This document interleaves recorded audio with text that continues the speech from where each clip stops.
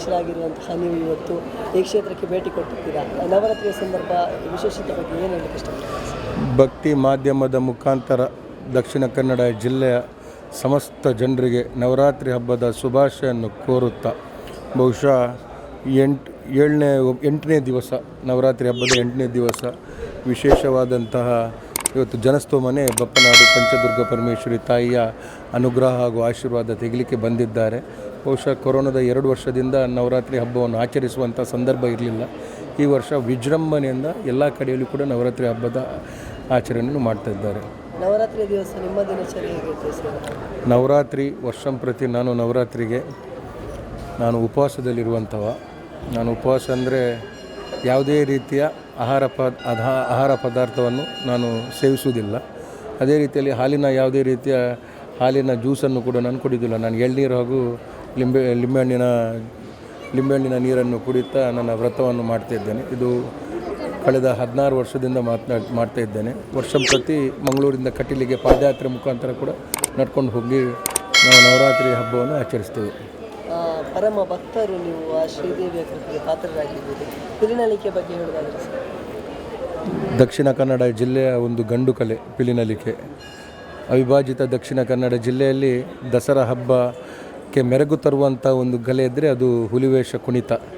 ಬಹುಶಃ ಈ ಜಿಲ್ಲೆಯಲ್ಲಿ ಕುಣಿತ ನಶಿಸುವಂಥ ಸಂದರ್ಭದಲ್ಲಿ ಅದಕ್ಕೊಂದು ಶಾಶ್ವತವಾದಂಥ ವೇದಿಕೆಯನ್ನು ಸೃಷ್ಟಿ ಮಾಡಿ, ಆ ವೇದಿಕೆಯ ಮುಖಾಂತರ ಅಶಕ್ತ ಕಲಾವಿದರಿಗೆ ಒಂದು ಶಾಶ್ವತವಾದಂಥ ವೇದಿಕೆಯ ಮುಖಾಂತರ ಅವರನ್ನು ಗುರುತಿಸಿ ಅವರಿಗೆ ಗೌರವ ಕೊಡುವಂಥ ಕಾರ್ಯಕ್ರಮವನ್ನು ಕಳೆದ 10 ವರ್ಷದಿಂದ ಮಾಡ್ತಾ ಇದ್ದೇವೆ. 2 ವರ್ಷದಿಂದ ನಾವು ಪಿಲಿನಲಿಕೆ ಕೊರೋನಾ ಸಂದರ್ಭದಲ್ಲಿ ನಾವು ಪಿಲಿನಲಿಕೆ ಕಾರ್ಯಕ್ರಮ ಮಾಡಲಿಕ್ಕೆ ಸಾಧ್ಯ ಆಗಲಿಲ್ಲ. ಆದರೆ ಆ ಕೊರೋನಾ ಸಂದರ್ಭದಲ್ಲಿ ನಮ್ಮ ಪಿಲಿನಲಿಕೆಯ ತಂಡದ ಕಲಾವಿದರಿಗೆ ನಾವು ರೇಷನ್ ಕಿಟ್ಟನ್ನು ಕೊಡುವ ಮುಖಾಂತರ ನಾವು ನಮ್ಮ ಸೇವೆಯನ್ನು ಸಲ್ಲಿಸಿದ್ದೇವೆ.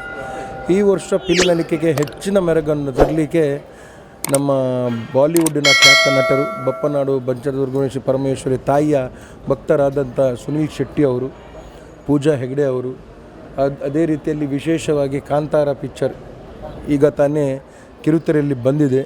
ತುಳುನಾಡಿನ ದೈವಾರಾಧನೆಯನ್ನು ವಿಶ್ವಾದ್ಯಂತ ಪರಿಚಯಿಸುವ ದೈವದ ಭಕ್ತಿ ಹಾಗೂ ಭಯವನ್ನು ಜನರಿಗೆ ಮುಟ್ಟಿಸುವಂಥ ಪ್ರಾಮಾಣಿಕ ಕೆಲಸ ಕಾರ್ಯವನ್ನು ರಿಷಬ್ ಶೆಟ್ಟಿ ಹಾಗೂ ತಂಡದವರು ಮಾಡಿದ್ದಾರೆ.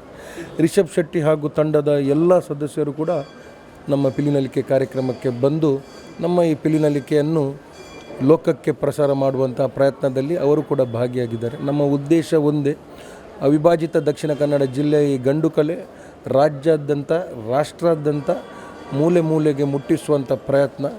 ಈ ಅಶಕ್ತ ಕಲಾವಿದರಿಗೆ ಬರೀ ದಸರಾ ಸಂದರ್ಭದಲ್ಲಿ ಮಾತ್ರವಲ್ಲ, ವರ್ಷದ 12 ತಿಂಗಳಲ್ಲಿ ಕೂಡ ಅವರಿಗೆ ಈ ಕಲೆಯನ್ನು ಪರಿಚಯಿಸಿ ಈ ಕಲೆಯನ್ನು ಗುರುತಿಸುವಂಥ ಕೆಲಸ ಕಾರ್ಯಕ್ಕೆ ಎಲ್ಲರೂ ಕೈ ಜೋಡಿಸಬೇಕೆಂಬುದು ನಮ್ಮ ಪ್ರಯತ್ನ.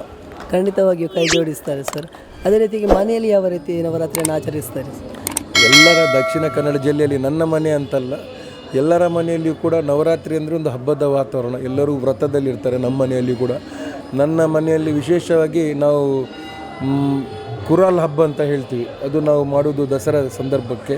ನಾನು ಹುಟ್ಟಿದ್ದು ವಿಜಯದಶಮಿ ದಿನದಂದು. ಈ ಸಲ ಪಿಲಿನಲಿಕೆ ಬರುವುದು ಕೂಡ ನನ್ನ ಹುಟ್ಟುಹಬ್ಬದ ದಿವಸವೇ. ಮುಂಚಿತವಾಗಿ ಹುಟ್ಟಿದ ಹಬ್ಬದ ಶುಭಾಶಯಗಳನ್ನು ತಿಳಿಸ್ತಾ ಇದ್ದೇನೆ. ವಿಜಯದಶಮಿ ಹೊತ್ತು ಹುಟ್ಟಿದಂಥ ನೀವು ಸದಾಕಾಲ ವಿಜಯಿಯಾಗಿರಿ ಅಂತ ಹೇಳ್ತಾ ನಮಗೆ ಮಾತಾಡಲಿಕ್ಕೆ ಅವಕಾಶ ಕೊಡೋದಕ್ಕೆ ಧನ್ಯವಾದಗಳು ತಿಳಿಸ್ತೇನೆ. ಧನ್ಯವಾದಗಳು. ಎಲ್ಲರಿಗೂ ಮಗದೊಮ್ಮೆ ನವರಾತ್ರಿ ಹಬ್ಬದ ಶುಭಾಶಯಗಳು.